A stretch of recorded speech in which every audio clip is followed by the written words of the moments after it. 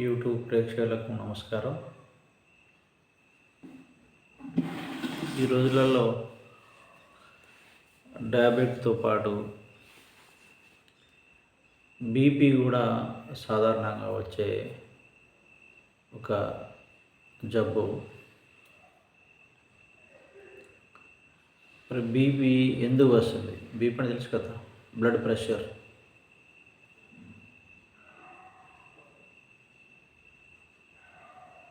రక్తము అధిక పీడనంతో ప్రవహించడం. బీపీ మామూలుగా మనకు 120/80 ఉండాలి. కానీ కొంతమందికి టెన్షన్ పడ్డప్పుడు కానీ, ఏమైనా సమస్యలు ఉన్నా, మానసిక సమస్యలు ఉన్నా, ఆదుర్తగా ఉరికిన, ఏమన్నా అంశం మీద గావరైనా బీపీ పెరుగుతుంటుంది.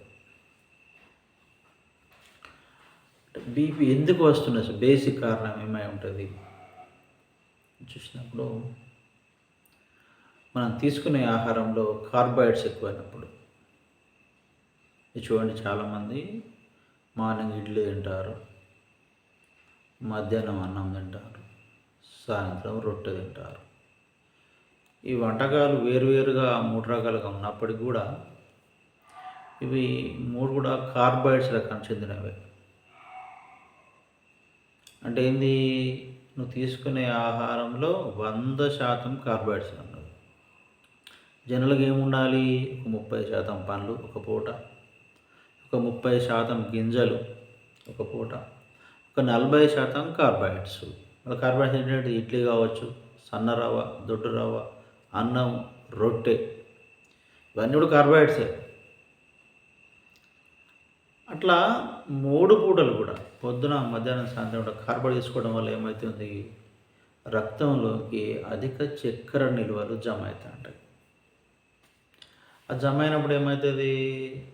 ఎక్కువ చక్కెర నిల్వ రక్తంలో జమ అవడం వల్ల రక్తం చిక్కగా అవుతుంది.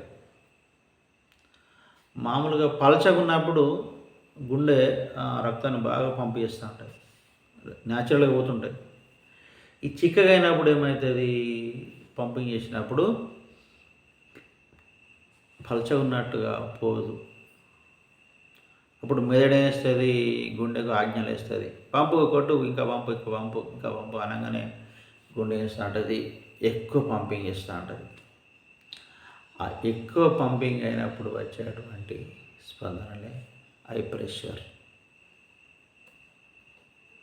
ఎందుకు అవుతున్నది? రక్తంలో చక్కెర నిలువలు ఎక్కువ జమ కావడం ద్వారా రక్తము చిక్కగా అవుతుంది. అంటే ఏం చేయాలి? ఇప్పుడు మనము ఈ 3 పూట్ల కార్బోహైడ్రేట్ చేసుకోవడము, ఇంకేంది?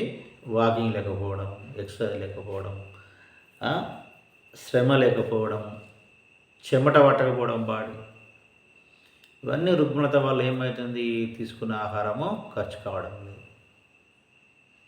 కాబట్టి ఒకటి ఆహారం మార్చండి. రెండవది, దీనికి ఈ ముద్ర ఉంటుంది, ఇది బీపీ ముద్ర.